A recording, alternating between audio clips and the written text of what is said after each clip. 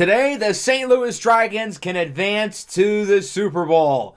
We've got the NFC Championship here at home. The top two seeds in the NFC, the Dragons and the Panthers, battle it out for a spot. History has a weird way of repeating itself. And here we are 2 years later. Everything I said there holds true this season. But one exception. We're going to be on the road. The number 2 seed St. Louis Dragons and the number 1 seed Carolina Panthers will battle it out for a spot in the Super Bowl. Our Dragons have not yet made it to the big game in this series, and we are hoping that today we'll finally get there. And it's against a Panthers team who ultimately beat us for the number 1 seed in the NFC. They beat us 2 years ago to make it to the Super Bowl, and they've beaten us twice in between that game as well.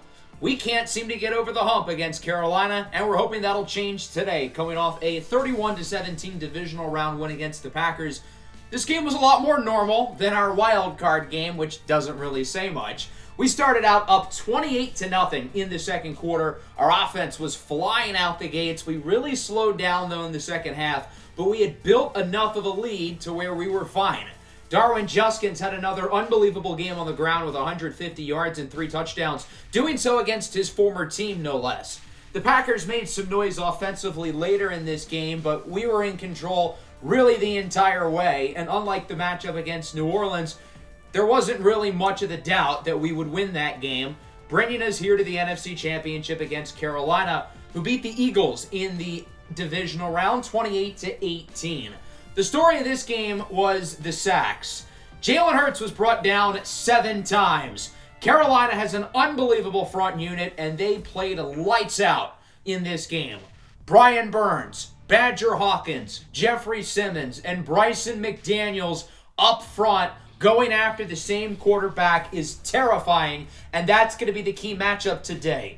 Outside of Brian Burns, the sack numbers look mediocre, but don't get it twisted. This is one of the most talented defensive lines in the NFL. Their battle against our offensive line is going to be key. The O-line has been unbelievable in the playoffs. I mean, we've got around 1,000 yards of offense through these first 2 games, with Puma Whitlock only being sacked once, and obviously the rushing game has been unbelievable, with Darwin Juskins averaging nearly 150 yards through our first 2 playoff games. But it's going to be a different battle here with Carolina. Our number 1 ranked offense faces off against one of the best defenses in the league, and Carolina's top 10 in points, passing yards, and rushing yards per game. They're a very well-rounded unit on that side of the ball. The thing that scares me most about the Panthers is that, well, they've owned us over the last few years, having beaten us in 3 consecutive seasons. That started with the NFC Championship in Season 4, a game that Puma Whitlock did not play, and we ultimately lost by 10. The Panthers did not win the Super Bowl that year, losing to the Ravens, who of course are back in the AFC Championship. The following season, we lost 26-23 with a game-winning Panther field goal, and then this season, back in Week 2, we lost 27-16. Not only have we lost to Carolina 3 years in a row, not only were all 3 of these games at home, but the offense really struggled in each of these matchups. Looking at the game that we played earlier this season, our Week 2 loss against the Panthers is the only game this season in which we've lost by more than 1 possession. Now, both teams were missing numerous playmakers. No Saquon Barkley for Carolina, no Darwin Juskins or Arturo Modelo for us. Why does it say DeAndre Swift got the ball? He was not on our team in Week 2. We did not sign him until Week 17. What kind of crack is EA smoking? But that's not the point. We struggled in this game. Our pass defense was a disaster. Puma Whitlock had maybe his worst game of the year. And this is one of the very few games this season where our offense struggled to get consistent production. That win is ultimately the reason why the Panthers got the number 1 seed. And had we won that game, we would have ended up with the number 1 seed. I have a feeling the NFC Championship matchup would be the same, but we would have gotten to be at home. This Panthers team did not have a perfect season. I mean, they lost to the Rams for Christ's sakes, but to be fair, so did we.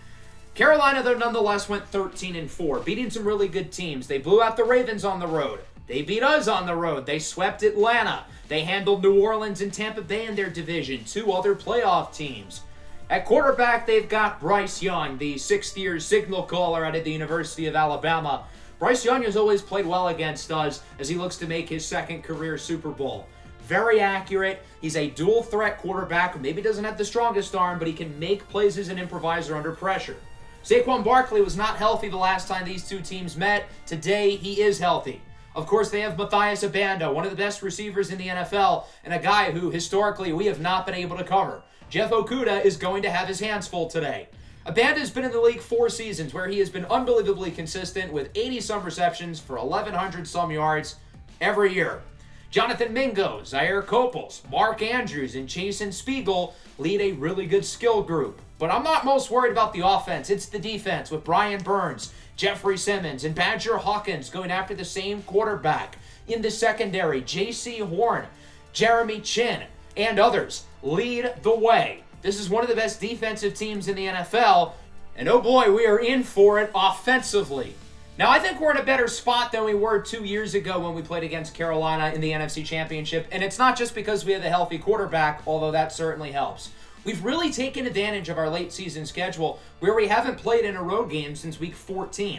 That's 6 consecutive games we've had at home, going 5-1, including 5 wins in a row. But now we have to head on the road to Carolina. I do have some good news on the health front. Our team is getting healthier, and obviously that starts with Simeon Bonnet, the electrifying pass rusher who would have won the Defensive Player of the Year if not for injury. He's only played in 1 game since week 13, and boy, are we lucky to have him back. Simeon Bonnet has been unable to stay on the field here in the second half of the season, having missed 6 games, including our 2 playoff wins. He originally got hurt in week 13 against the Bucs, came back in week 17 against Seattle, and got hurt there as well. He hasn't gotten a sack since week 11. It's been a while. During his first injury, our defense really struggled.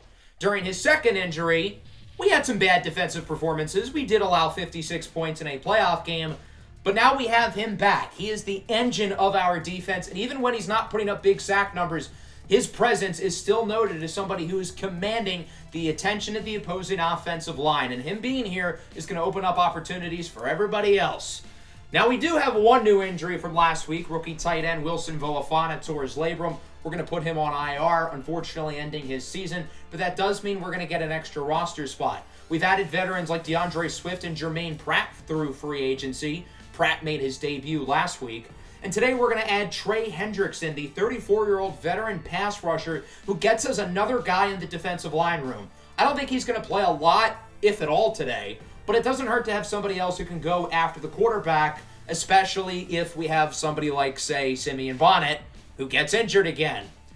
So without further ado, let's get this show on the road. The NFC Championship here in Season 6 as our St. Louis Dragons look to make the Super Bowl for the first time in franchise history. Welcome to Charlotte, North Carolina, home of the number 1 seeded Carolina Panthers, as we get an NFC Championship rematch from 2 years ago. The Panthers and the Dragons square off for a spot in Super Bowl 63 against the winner of the AFC Championship between the Ravens and the Colts. Carolina is looking to get back to the big game for a second time in the last 3 years, where they lost to, ironically, the Ravens, while the Dragons hope to make it for the first time ever. Coming into this season, St. Louis had only won 2 playoff games in their team's history, but we've added 2 this year with a crazy win against New Orleans in the wild card round and a really solid win in the divisional round in a blizzard for our final home game of the season against the Green Bay Packers. Well, we're set for a challenge that, well, we have not been able to overcome over the last 3 years, having lost to Carolina, 3 seasons in a row. And we're hoping today we can break the streak as this game is underway. Carolina kicks it off, and the rookie Jalen Mallard is back deep to return. Mallard with blocks, has a hole down the field. He gets it to the 38. A touchdown-saving tackle by linebacker Casey Marbury. Great starting field position for the Dragons offense, who has scored 28 points in the first half 2 weeks in a row. Carolina's defense is going to have to play well early, or else they could be in a lot of trouble. We'll see if the Dragons offense is able to replicate the success they've had so far in the playoffs through their first 2 wins. 3rd and 6, Puma looks short. It's caught by DeAndre Swift, who tries to break the tackle from Von Bell, and he only gets 3. Nobody was open downfield. Puma has to dump it off, and this game will start with a 3 and out. So that'll bring out the punt team. Here is Presley Harvin, the veteran, who has not been very busy this postseason. He did not punt it at all last week against the Packers, as this one is nearly down at the 1. Cam Lucifer is unable to get a hold on it, and the Panthers dodge a bullet. They'll start at the 20, and here comes out Bryce Young and the Panther offense, who played pretty well in their win against the Eagles last week. The Panthers certainly taking advantage of their first-round bye. So like us, they're pretty well rested. They haven't had to travel a whole lot. They didn't have to travel for this game. And we'll see if their offense can strike first. From the 20, Yon first down is sacked. Finnegan Howell Coleman leads the way, and Simeon Bonnet is there as well. Bonnet had 15.5 sacks this year, but that's his first since all the way back in Week 11. Good to see him making an early impact. On second down, Matthias Abanda is open downfield. He gets it to the 39, the fourth-year pro out of Middle Tennessee State, a player who the Panthers traded up into the top 10 to go out and get, and obviously that decision has been a franchise-altering one for the better. Following play, up the middle, another nice grab, this time by Jonathan Mingo, the other outside receiver here for the Panthers, and he brings it to the 42. Mingo, a second-rounder in the same draft class that produced Bryce Young. This one is broken up by Ronrakis Barber. A much better play in coverage by Barber, who allowed the previous reception, but the ball was right in his hands. He's got to come down with it. 2nd and 10 from the 42. It's a handoff for Saquon Barkley with blocks, and he will get the first down to the 28. The Dragons had the best run defense in the NFL, but struggled last week against the young running back Khaled Garrison for the Packers. Now inside the 30. Young looks to throw it. Rolls left, under pressure. Sacked by Nnamdi Sanaga, as Trevor Skandrick, the starting right guard, is hurt on the play. As for Sanaga, he'll be getting the start today over DJ Orleans, as Sanaga has outproduced Orleans since Simeon Bonnet's injury. 2nd and 21, it's a blitz, and Ryan Nada comes home for another sack. The Dragons' defense has gotten 3 sacks during their 2 playoff wins. Today, through 3 minutes, they have 3 more sacks. Nobody saw Nada coming. He's able to make the play. 3rd and very long. Young under pressure has to throw it away. The Panthers had the ball inside the 30 at one point. Now they're going to have to punt the ball with 2 huge sacks by Nnamdi Sanaga and Ryan Nada. So the Dragons are going to get it back. 2nd and 4. It's a handoff for Juskins. He loses 3. Big play there by Drew Sanders, the linebacker, former Bronco out of the University of Arkansas. It's now a 3rd and 7 here for the Dragons. Still no first downs yet for them offensively over 4 minutes into the game, as Puma Whitlock looks to potentially be calling an audible, setting multiple receivers with new routes, as he'll eventually look to throw it. Puma looks, takes a shot downfield. It's hauled in at the 40 by Marion Cephas for the first down. With Arturo Modelo and Jamison Williams on the outside running out routes, Puma had a feeling the middle of the field might be open, so he has Isaiah Likely running a slant inside the first down marker, and then he has Cephas running a slant route deep, hoping one of these guys opens up, and sure enough, it's Cephas, who could have made a big play after the catch, but he just wanted to make sure he would hold on. See? Case in point. Sometimes you just need to see the ball in. Colin Robinson drops it, and so now it's another 3rd down, this time 3rd and 9. At the 39. So the Dragons aren't quite in field goal range, but they're close. And J-Mo's going to get them there. Jamison Williams fighting for yards, trucking Jameer Woods as he gets it to the 26. Handoff for Juskins. He's got room, and Juskins is there with a first down, gaining 11. And the Dragons are in the red zone as they look to score first, and they appear to be in position to do so. 3rd and 6 now from the 12. It's a delayed handoff, and Brian Burns is there in the backfield, and Juskins only gets 1. That play almost worked. The Dragons wanted to catch Carolina off guard, and everybody was caught off guard except for Brian Burns, who was able to make the play, and that'll bring out the kicking team. Cameron Dicker's field goal is good, just his 2nd field goal of the playoffs, and with that, it's 3-0. So the Panthers get it back. Their first drive looked to be pretty promising, but a few sacks took them out of field goal range. They're certainly hoping for a better result here, starting at the 25-yard line. Yon first down is sacked again. It's another linebacker blitz, and this time Penultimo Barahona is the one who is home for a loss of 7. The Dragons have more sacks today through 8 minutes than they did in their first 2 playoff games combined. 2nd and 17. Young downfield. It's hauled in by Mark Andrews, who's quickly pushed away by Jalen Bourgeois. That pass was slightly overthrown, but Andrews makes a great grab to get the first down. 3rd and 8 now. Young looks to throw it under more pressure, and it is broken up. Andrews had it in his hands, but Ryan Nada is there with the hit. Nada has the green dot. He's the defensive captain with Owen Popo's injury in the wild card round, and that'll wrap up the first quarter. So far, a defensive battle. The Dragons lead this one 3-0. We already have 4 sacks, and our front unit has been excellent up to this point. Hopefully they can keep it going, and hopefully the offense can wake up. It's a 3rd and 6 here to start the second quarter from the 24. Puma again calling an audible, looking up the middle. It's Amarion Cephas who makes a nice play after the catch, bringing it to the 36-yard line. Another big conversion for Cephas, who already has a couple of huge grabs in this game. 2nd and 8 now, play action. Puma looks to throw it. He's under pressure, evades the first hit, and is sacked by Brian Burns for a loss of 9. As Puma appears to be getting up gingerly, looks like he's holding up his left arm. He does a good job of evading the first hit from Jeffrey Simmons, but Brian Burns comes flying in for the sack. The Dragons' offensive line has been great in these playoffs, but this is an entirely new beast. 3rd and long, it's a screen for Juskins. He's actually going to get a nice play. Can he get the first? Not quite. He only gets 15 yards wrapped up by Jameer Woods. The Dragons wanted to go for the short play. They didn't want to go for the home run, and they almost got the conversion. 4th and 2 from the 45. You can make the argument of going for it, but St. Louis is going to punt it. They want to win the field position battle, feeling like it's too early to go for it here. And this one is out of bounds at the 15. A pretty decent punt by Presley Harvin, and Carolina gets it back. Bryce Young is looking for some time to throw it because when he's had time, he's been able to make plays. Problem is, he's barely had time. Saquon on first down is lit up by Okuda as Mark Andrews appears to be banged up. Not a serious injury for Andrews, and the Panthers do have arguably the best second-string tight end in the league with Jason Spiegel. Good to see the run defense making a play, as it is now a 2nd and 9 from the 16. Under 7 to go in the half. It's a read option for Bryce Young, who gets the first down, and he's wrapped up by Samasone Saluni. A couple of SoCal guys meeting up there for that play, but Bryce Young is able to move the chains with a design run.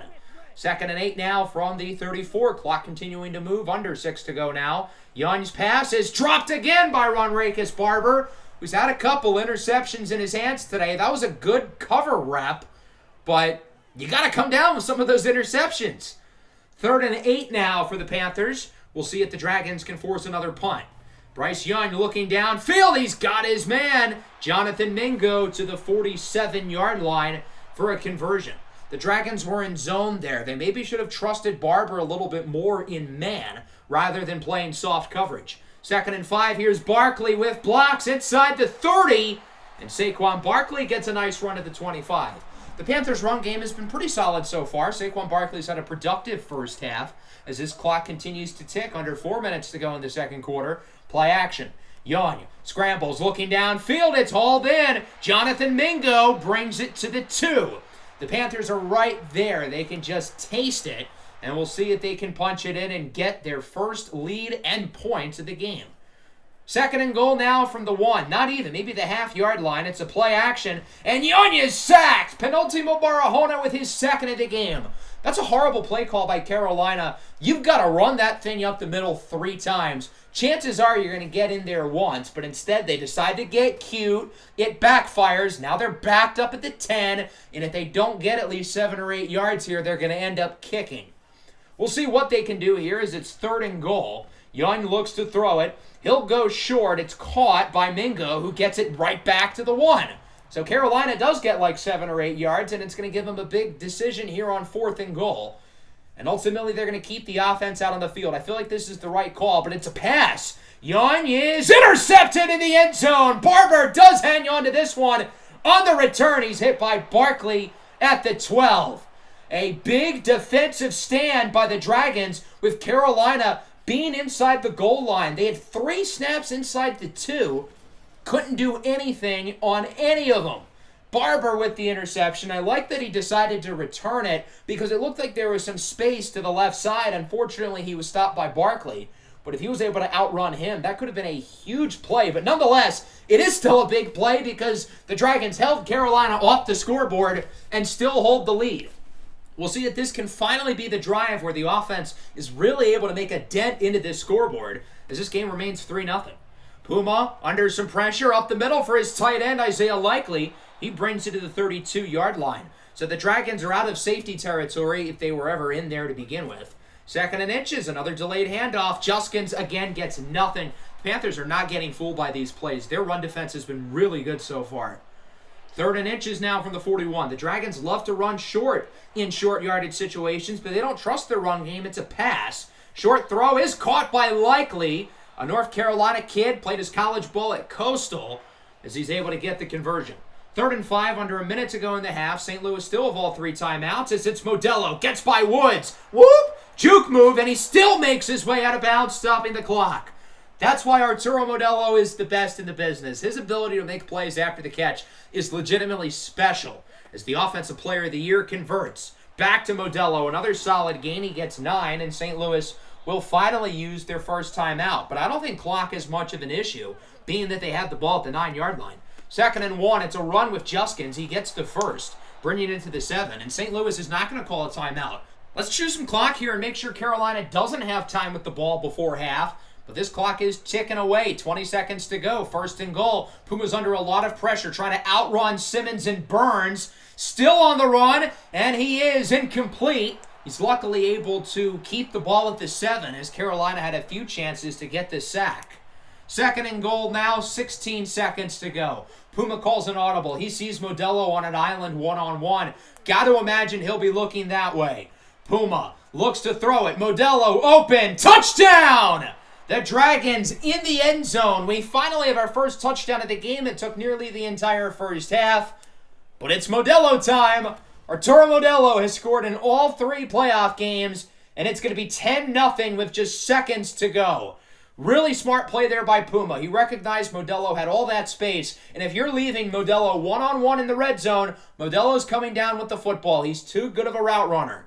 Carolina gets it back with 10 seconds to go. They're just going to run the clock out with how their offense has played today. I don't really blame them, especially considering they do start the second half on offense.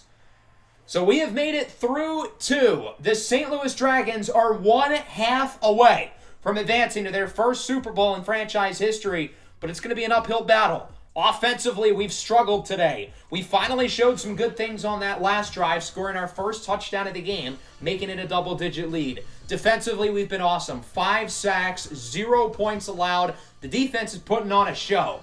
The AFC Championship already happened today, and what ended up being a really close game. The Baltimore Ravens defeated the Colts 24-23, so it will be the Ravens who won the Super Bowl 2 years ago against Carolina, making it back to the big game. History again repeats itself, as when the Ravens won the Super Bowl 2 years ago, they won their AFC Championship game by 1 as well, that time against the Jaguars.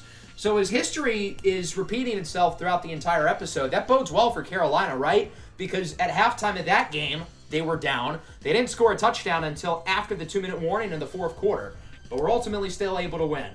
We're hoping that they won't be able to get the job done here today. We've got to still focus on the passing game because Bryce Young has been effective when he's gotten rid of the ball. He just hasn't had time to throw it, being sacked 5 times in the first half, 3 of which were off of design linebacker blitzes. So that's something that we might look to continue to do here in the second half because so far it's working. Yon first down, does have time to throw it, and it is jarred out by Okuda. Good to see a nice play there from the secondary. The secondary's been solid but inconsistent today. If our coverage is a little bit more sharp, then this defense really will be humming. 2nd and 10, broken up by Bourgeois. A great cover rep by everybody, and with how good the pass rush has been, these guys don't need to hold their coverage for more than a few seconds, presumably per play. 3rd and 10, Young looking downfield, nice catch by Jonathan Mingo. Barber was a little bit late to react after the throw. He did react perfectly after the ball was caught, but it was in his hands. So Mingo gets the first down. That'll keep the chains moving here for Carolina. From the 33 now. Play action. Another linebacker blitz. It's Nada with his 2nd sack of the game. Somebody's got to pick him up, whether it's Barkley or one of the interior offensive linemen. Somebody's got to recognize that these guys are getting home. Nada has 2 sacks today off of blitzes. Barahona has 2 sacks off of blitzes today. Carolina's got to change something with their pass blocking because what they're doing is not working. Bryce Young has no time on these blitzes. On second down, that one is dropped. And again, this possession is just kind of how this day has been for Carolina. They get a couple nice plays out of Bryce Young, but good coverage, bad throws, bad drops, and sacks have been, well, the story of the game offensively. 3rd and 18, Young under pressure, has to throw it away, ending the drive. Simeon Bonnet led the way with pressure, and of course he is hurt because this team can have nothing good. Thankfully, he is not going to the locker room. He's at the trainer's table, so presumably he'll be fine, but that means we're going to have a pretty interesting decision to make with Bonnet because I don't want him playing through an injury and risking getting hurt again because, well, obviously that's been a pretty big issue with him this year. But this is the NFC Championship. We want our best players on the field if they can play. And Simeon Bonnet does not have a history of knee injuries. That's where he got hurt.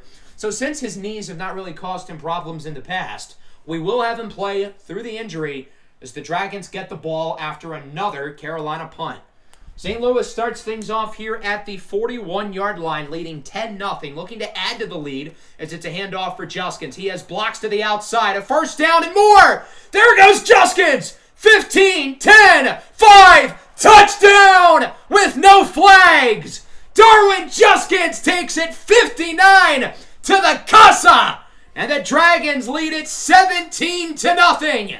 A 3-score lead for St. Louis with a 59-yard touchdown for Darwin Juskins, his 6th of the playoffs. We were waiting for the big run today out of Juskins, and there it is. St. Louis is up by 17 points here in the third quarter. Carolina's still got a lot of time, but they've got to get going soon. 3rd and 2, Bryce Young is incomplete. There was some contact there, but I think very clearly no flag. I think it was the two receivers who ran into each other. Good cover rep by both Lucifer and Okuda. As St. Louis gets it back, they're up by 3 possessions, really finding themselves in a good spot, and we'll see if they can add to the lead. On first down, Juskins ends up losing 3, not quite as successful as his last run. Drew Sanders brings him down. Now it's a 3rd and 13. Puma alone in the backfield in the zone, for what it's worth, as he looks to throw it. He's under pressure, and he is able to throw away the sack from Burns. We've got a flag, but I think this one is going to be on the offense. It's going to be an intentional grounding against Puma Whitlock. So it's basically as if he got sacked, and that'll make it a 4th and long. Dragons have to punt it. Carolina back with it. 6.5 to go here in the third. They trail 17-0. Bryce Young looking. He's got Mingo, who is hit hard by Barber. Again, slow to react after the throw, but he's right there when the catch is made. Mingo's really been the only player on this offense who's been effective today, with Matthias Abanda and Zaire Copels getting shut down by Okuda and Lucifer. 3rd and 2, play action. Another linebacker blitz. It's Barahona with his 3rd sack of the game. They will never learn. I don't think that play is on Barkley because he was picking up another defender, but the left guard and the center have to realize that Barahona is shooting the gap, darting by both of them. So the Dragons get it back. Play action. Brian Burns unfooled. Burns' 2nd sack of the game. He was ready for the run or the pass there. And had it been a run, it probably still would have been a loss of about 4. 3rd and 13 now for St. Louis with Burns in the zone. So because of that, it's just going to be a screen. But Juskins has blocks and gets the first down. Sometimes going short ends up turning big. Darwin Juskins had plenty of room to make a play, and with how good he's been this postseason, he's going to make the play. 2nd and 3, Juskins again to the outside with more blocks, gets another nice run to the 42. St. Louis is moving the ball down the field pretty well once again here, as it's now a 3rd and 1, just inside the 50. Man in motion, that's Royal Osuchua, who's the other tight end on this play, and it's Mixon fighting for extra yards. He gets the first down, and St. Louis is getting pretty close to field goal range. Now from the 44, this clock is continuing to move. Under a minute and a half left in the third. Modelo wide open. Gets it to the 26. Puma saw that area of the field was going to have nobody covering it, and Modelo has all the space in the world to come down with that grab. Following play, Puma wants it all downfield. Cephas comes down with it. What a catch by Amarion Cephas. Call him Darius Spranger because he's putting his defender in a poster. Puma says, go up and get it. And Amarion Cephas mosses the defender for the touchdown. What a play there by Cephas, who only has 3 catches today, but all 3 of them have been very timely plays. He has made some big grabs in this playoffs. I'm pretty sure he scored in all 3 playoff games now. And it's 24-0 with under a minute left in the third. Carolina officially needs to hit the panic button. They've got to get going on offense now. If they don't score this drive, this game is over. Up the middle, Zaire Copels Jr. finally comes down with a catch. Cam Lucifer has had him in hell. That's 3 weeks in a row with Lucifer dominating in the slot. He's really found a home there. Up the middle, Saquon Barkley gets it to the 46, and that'll wrap up the third quarter. An excellent 10-minute stretch for the Dragons as they outscore Carolina 14-0 with 2 long touchdowns, one from Darwin Juskins, the other from Amarion Cephas. And St. Louis is 1 quarter away from the Super Bowl. We can taste it. We're not there yet, but we can taste it. From the 46, up the middle, Matthias Abando with the first down. If I'm Carolina, I consider going no huddle soon because you need all the time you can get. The Dragons are going to be chewing clock once they get the ball back. Following play here for Carolina after the conversion by Abanda. Bryce Young in the zone up the middle. He gets it to Jonathan Mingo, who brings it to the 19-yard line. The Panthers are in the red zone. They got stopped here earlier back in the second quarter, which I think was one of the pivotal moments of this game. And had Carolina punched it in, I think the story of this game would be entirely different right now. 3rd and 5 from the 15. Young under pressure from Bonnet. On the run, it's Mingo who is in for a score. And finally, the shutout is over. Carolina scores their first touchdown of the game, which, to be fair, is like 6 minutes earlier than they did it in the NFC Championship 2 years ago. But the problem is they're still down by 18, and now they've got to go for 2. Looking to make it a 2-score game. Young, no time to throw it! He's sacked by Jermaine Pratt. Again, the linebacker blitz has been the defensive play of this game. 6 sacks off of blitzes by the Dragons linebackers in this one. St. Louis back with it, 3rd and 7. Puma Whitlock is incomplete. After running the ball twice, they throw it. It doesn't work. Ibrahim Lukosar is there to bring him down in the backfield, and Carolina has it back with under 7 minutes to go, still down by 18. Young up the middle, nice catch by Matthias Abanda, who gets it to the 47. Again, Carolina's got to move quick. They've got to score again, and they've got to do it pronto. 2nd and 10. Bryce Young up the middle. It's caught by Abanda, who is lit up. Big hit, and potentially a huge tackle that could have saved a big play after the catch, leading us to a pivotal 3rd and 2. Under 6 minutes to go here in the NFC Championship as Bryce Young looks to throw it. It's a screen for Barkley, and he will get it as he's wrapped up out of bounds by Jeff Okuda. That'll stop the clock. Nice play there by Barkley to ensure he not only converted, but got out of bounds to begin with. From the 41 now, Young looks downfield. It's picked! Lucifer with the interception. He tries to flip it backwards, and it goes out of bounds. I think he was trying to hand it off to Bourgeois because Jalen Bourgeois possibly could have made a play on the return.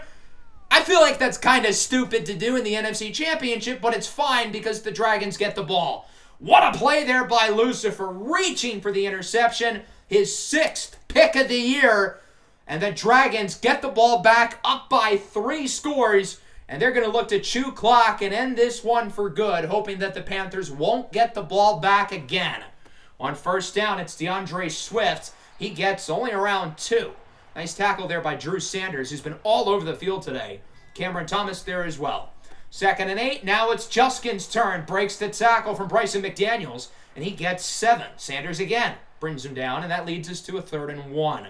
Under 4 minutes to go. The Dragons are letting all of this clock chew as it's play action. Puma on the run, looking downfield. He's got Modelo for the first down to the 44. A massive conversion from the Dragons as Arturo Modelo continues the best playoff game of his career.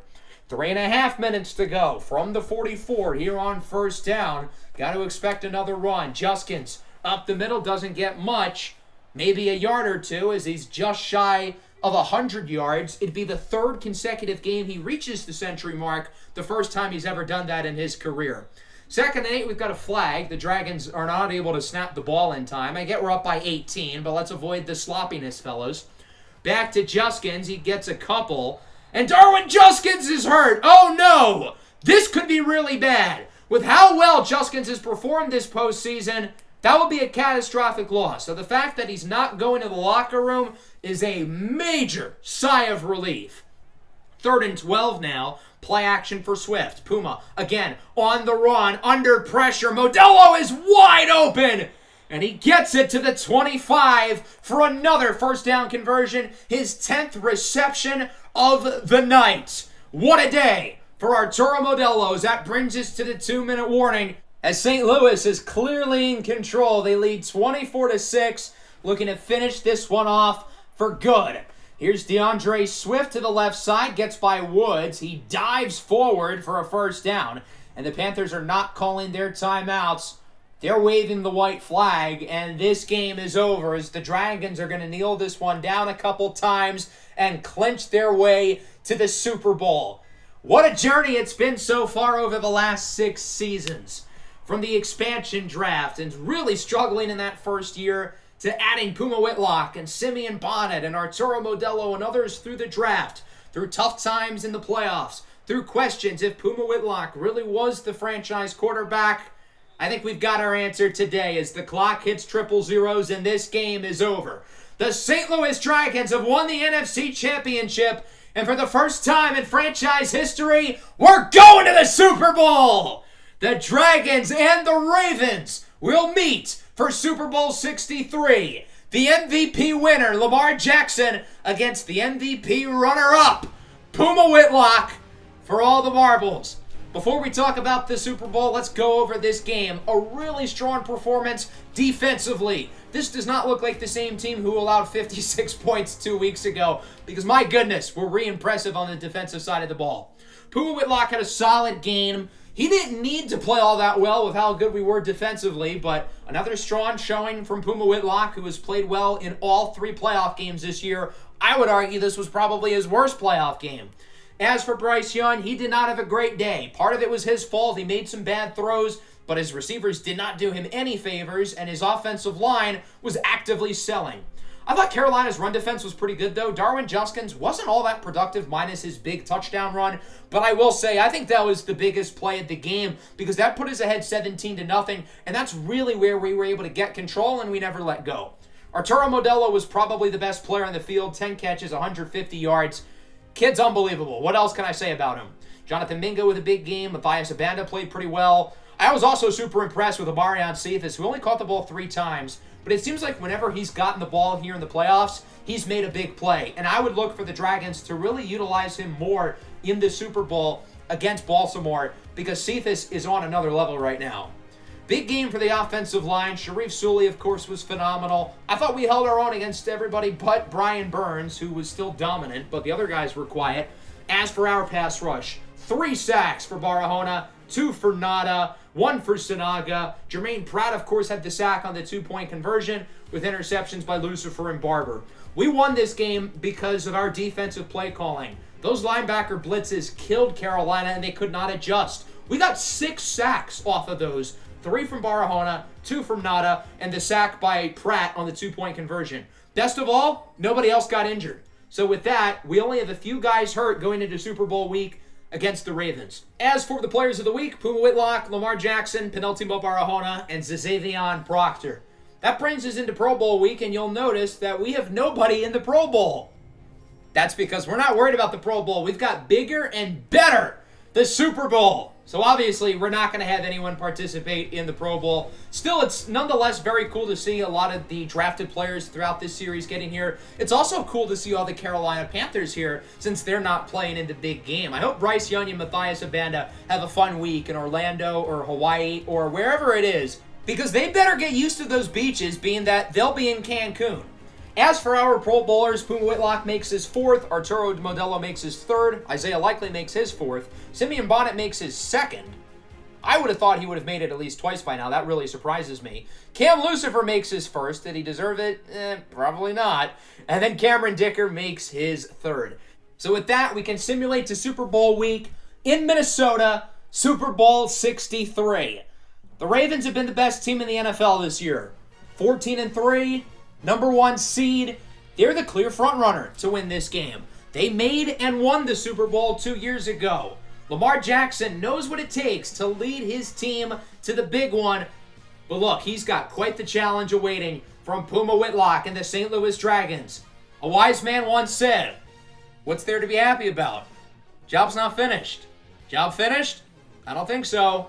This Saturday, 6 p.m. Eastern Time, the Super Bowl will be premiering here on the channel.